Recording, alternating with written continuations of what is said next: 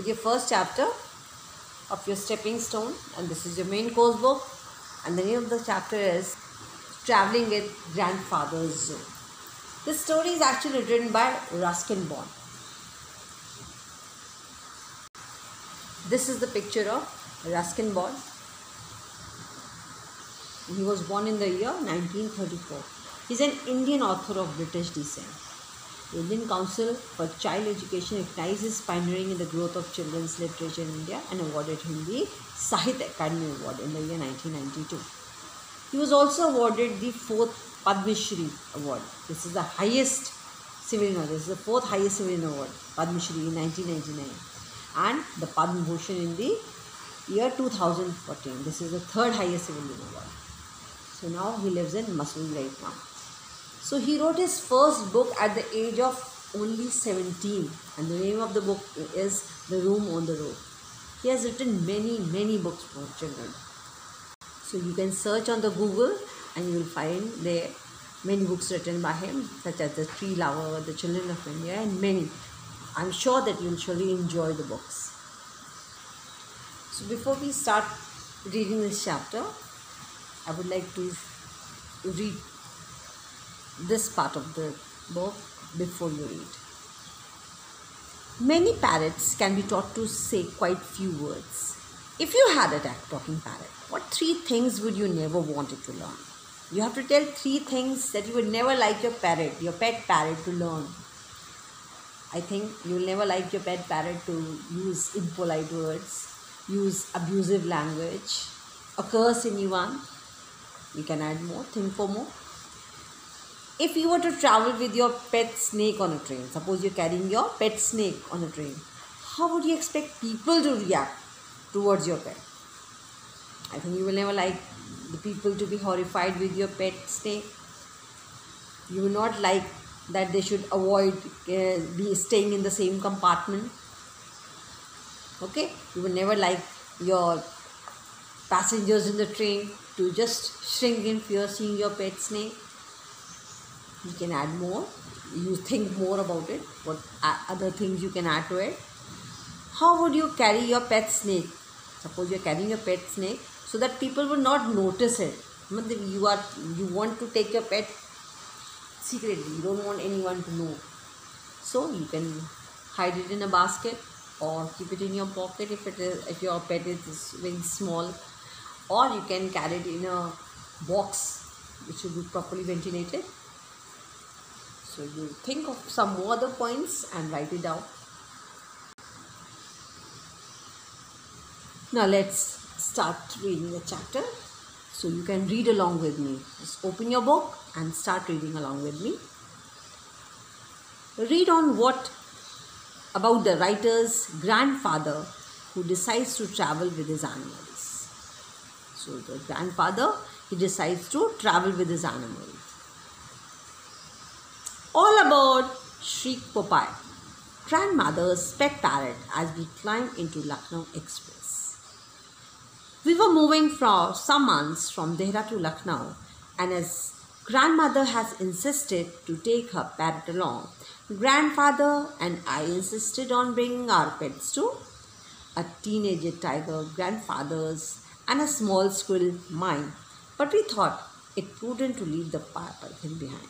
So they decided to just switch off, go to some other place, right? They decided to go from Dehra to Lucknow.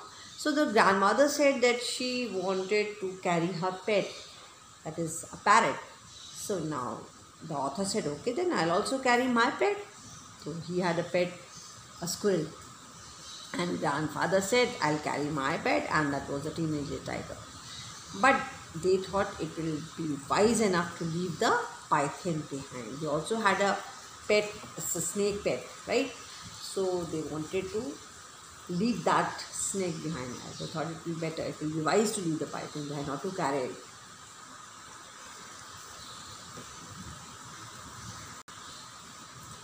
In those days, trains in India were not so crowded, and it was possible to travel with a variety of creatures. Grandfather had decided to do things in style, but by traveling first class, and so we had a four-berth compartment of our own. And Timothy the tiger had an entire berth to himself. Later, everyone agreed that Timothy behaved perfectly throughout the journey. Even the guard admitted that he could not have asked for a better passenger. No stealing from vendors, no shouting at coolies, no breaking of railway property, no spitting on the platform. So, they boarded the train and settled themselves in the berth in the compartment. Timothy was behaving very nicely. Even the guard admitted that he has never seen such a good passenger. Means he was not at all shouting at the police, nor he was stealing anything from the vendors, nor he was breaking any railway property, nor he was spitting on the platform, which you can usually see on the platform. All the same, the journey was not without incident, and before we reached Lucknow, there was excitement enough for everyone. So everything was better, everything was normal while they were traveling towards Lucknow. To begin with, Popeye objected to vendors and other people poking their hands in through the window. So the Popeye did not like the vendors to just poke their hands through the window. And before the train had moved out of the Dehra station, he had nipped 2 fingers and tweaked a ticket inspector's ear. So what this parrot did? He nipped 2 fingers and tweaked a ticket passenger's inspector because he was not liking anyone to poke their hands through the window. No sooner had the train started moving than chaps my squirrel. So the moment this started moving, what happened? The squirrel, emerged from his pocket to examine his surroundings. He started moving around. Before I could stop him, he was out of the compartment door, scurrying all along the corridor. So he started moving all around in search of the food.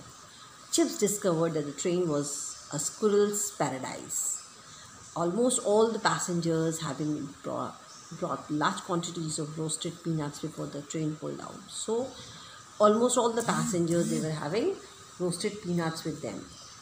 So he had no difficulty in making friends with both children and grown-ups, and it was an honor. Before he returned to a compartment, his tummy almost bursting. So it was an hour before he returned back. His tummy was about to burst. He had eaten a lot. I think I'll go to sleep, said grandmother, covering herself with a blanket and stretching out on the berth opposite Timothy. It's been a tiring day. So grandmother was now feeling sleepy, so she said that I'm going to sleep. Aren't you going to eat anything? Asked grandfather. So grandfather just asked her that she will not eat anything. Then she replied, I'm not hungry. I had some soup before we left. You too help yourself from the tiffin box. Grandmother dozed off, and even Popeye started nodding, lulled to sleep by the clacky clack of the wheels and the steady puffing of the steam engine. So there was a loud noise because of the train. So even in that great noise, grandmother and this Popeye, they went to sleep. Well, I'm hungry, I said. What did Granny make for us? So the author said that he was feeling hungry. So let me see what Granny has made. Ham sandwiches, boiled eggs, a roast chicken, gooseberry pie. It's all in the tiffin basket under your berth. So these are the things which grandmother brought us and eatable for them. I tugged at the large basket and dragged it out in the center of the compartment. The straps were loosely tied. No sooner I had undone them than the lid flew open. I let out a gasp of surprise. So the basket was loose, so he opened hurriedly, but it was for him a great surprise. What surprise it was? Let's see. In the basket was grandfather's pet python curled up contentedly on the remains of a dinner. So what he saw in the basket, a python was there. He was comfortably sitting there. Grandmother had insisted that we leave the python behind, and the grandfather had let it loose in the garden. So grandfather just let him loose in the garden. Somehow it managed to snuggle itself into that tiffin box, and somehow this python, he adjusted himself into the tiffin box. Well, what are you staring at? Asked grandfather from his corner. So grandfather asked him, what are you staring at? It's the python, I said, and it has finished all our dinner. So the author, he replied to his grandfather that there's a python inside the basket and he has eaten up all the dinner. Grandfather joined me and together we looked down at what remained of the food. So both of us looked into the basket. Python, don't chew, just swallow. Outlined along the length of the last snake's sleek body was the distinctive shape of a chicken, a pie, and a six-boiled egg. So they were able to see all the things which he had swallowed. We couldn't make out the ham sandwiches, but presumably those who had been eaten too, because there was no sign of him in the basket. So ham sandwiches, might be he has eaten it. Only a few apples remain. Only few apples were left in the basket.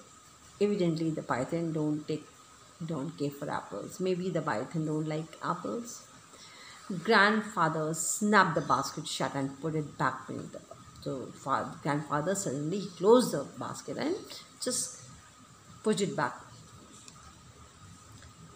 We mustn't let grandmother see him, he said. She might think we brought him along on the purpose. Well, I'm hungry, I complained. So the grandfather said, not to tell your grandmother, otherwise she will be very angry and she will think so that we have deliberately brought it. So, but the author said, I'm feeling hungry. Just then, Chips returned from one of his forays and presented me with a peanut. So at that time, who returned back? Chips, his squirrel. So Chips brought some peanuts. Thanks, I said. If you keep bringing me peanuts all night, I might last until morning. So he took the peanuts and ate it. But it was not long before I fell asleep. After that, author felt sleepy and he went to sleep. But it was not a long time. Grandfather had begun to nod, and only one who was wide awake was Squirrel. So the author and the grandfather, both of them, were feeling sleepy, so they went to sleep, but only one was awake, and that was the squirrel, still intent on investigating distant compartments. So the squirrel, he was just going here and there to search for the peanuts in different compartments. A little after midnight, there was a great clamor at the end of the corridor, and it was midnight that there was a great shout, right? There was a great noise. So grandfather and I woke up. Timothy growled in his sleep, and Popeye made complaining noise, and Popeye started making complaining noise. Suddenly there were cries of "Sap, sap, snake, snake," and grandfather was on his feet in a moment. So somebody shouted that there was a snake. So grandfather, he just hurriedly he rushed. He looked under the bed.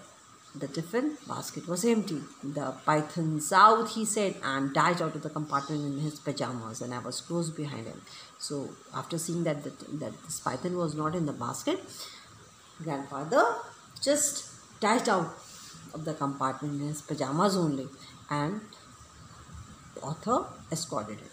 About a dozen passengers were bunched together outside the washroom door, and they were near about dozen passengers outside the washroom door. Anything wrong? Asked grandfather casually. We can't get into the toilet, said someone. There's a huge snake inside. So somebody complained that there's a big snake inside and we cannot get into the washroom. Let me take a look, said grandfather. I know all about the snake. And he said that I know many things about the snake, so you need not to worry. You let me see. The passengers made way for him, and he entered the washroom to find the python curled up in the washroom. So python was curling up in the washroom. After its heavy meal, it had become thirsty, and finding the lid of the tiffin basket easy to pry up, had set out in search of water. So this python, he had a lot. So, and after that he had eaten a lot, and after that, so he wanted to have some water. So for that reason, he moved out from the basket in search of water. Grandfather gathered up sleepy, overfed python and set on the washroom. So grandfather lifted up the python and moved out from the washroom.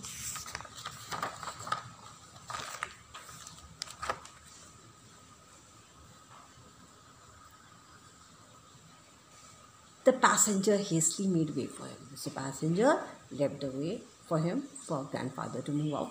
Nothing to worry about, said grandfather cheerfully. Then the grandfather tried to comfort them. They don't feel scared. It's just a harmless young python. He had his dinner already, so no one is in any danger. And he marched back to a compartment with a python in his arms. As soon as I was inside, he bolted the door. So the moment they entered into the compartment, he bolted the door. Your grandmother was sitting up on her bed. I knew you do something foolish behind my back, she scolded. And our grandmother was very angry. She said that I knew it that you will be doing something or the other thing.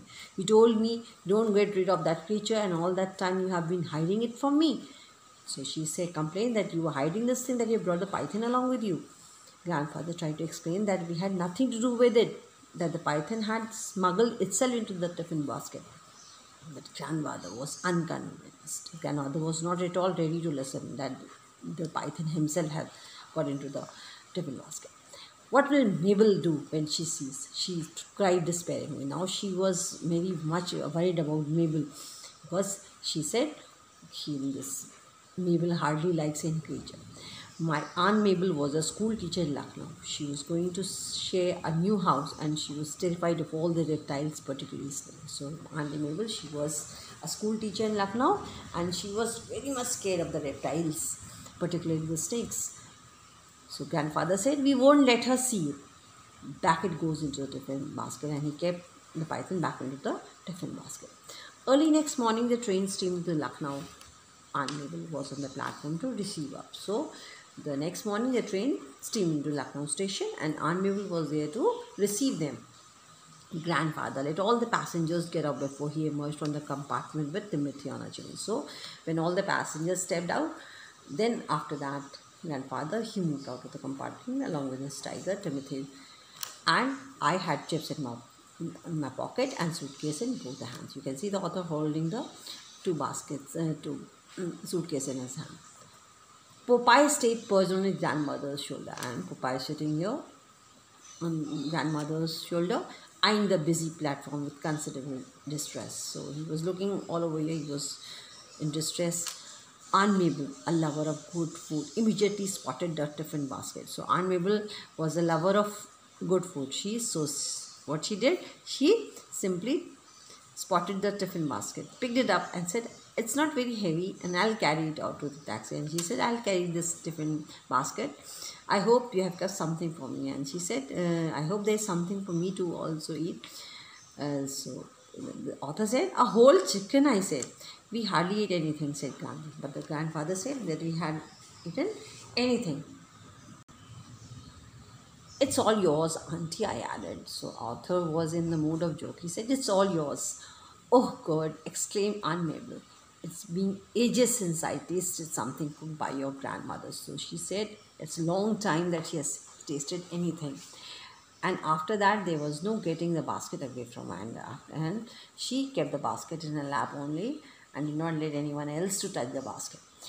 Glancing at it, I thought I saw the lid bulging, but the grandfather had tied it down quite firmly that this time there was no little likelihood of it suddenly bursting open. So I was just staring at the basket. But this time the grandfather had tied the basket very firmly so that the python should not bulge out from it.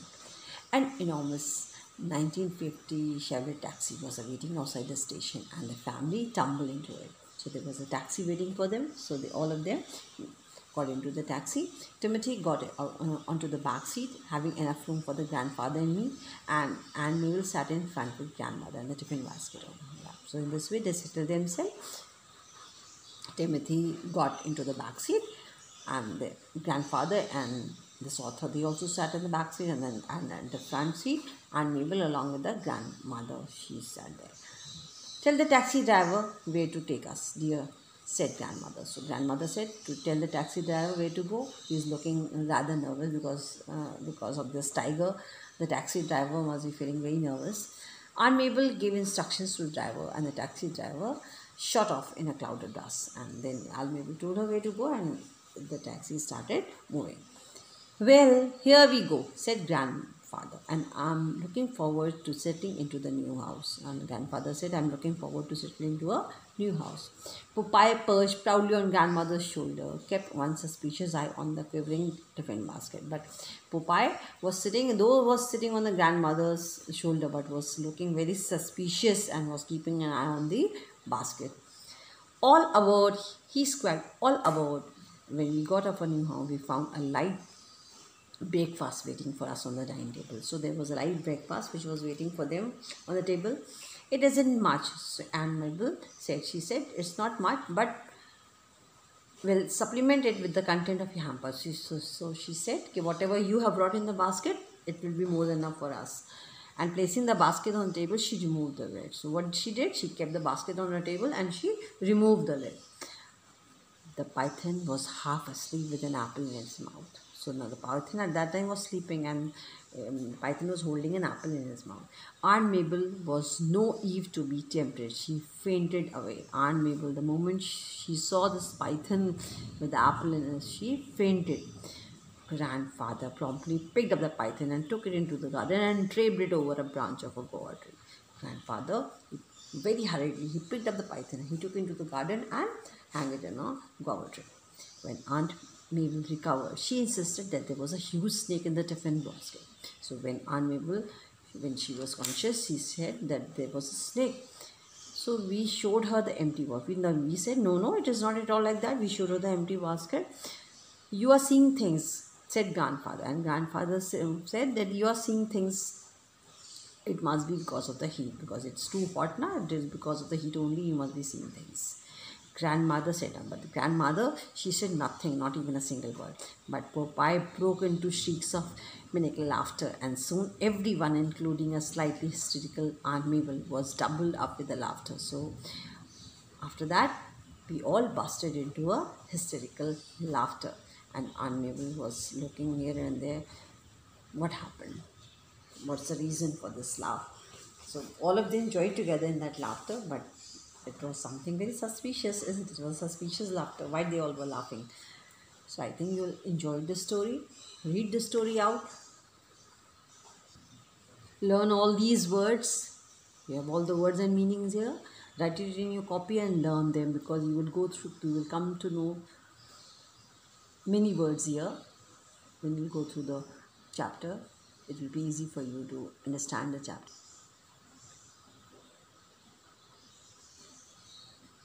So in the next video, I'll be explaining you the question answers. So you read it out, and still if you have any problem, you can ask me.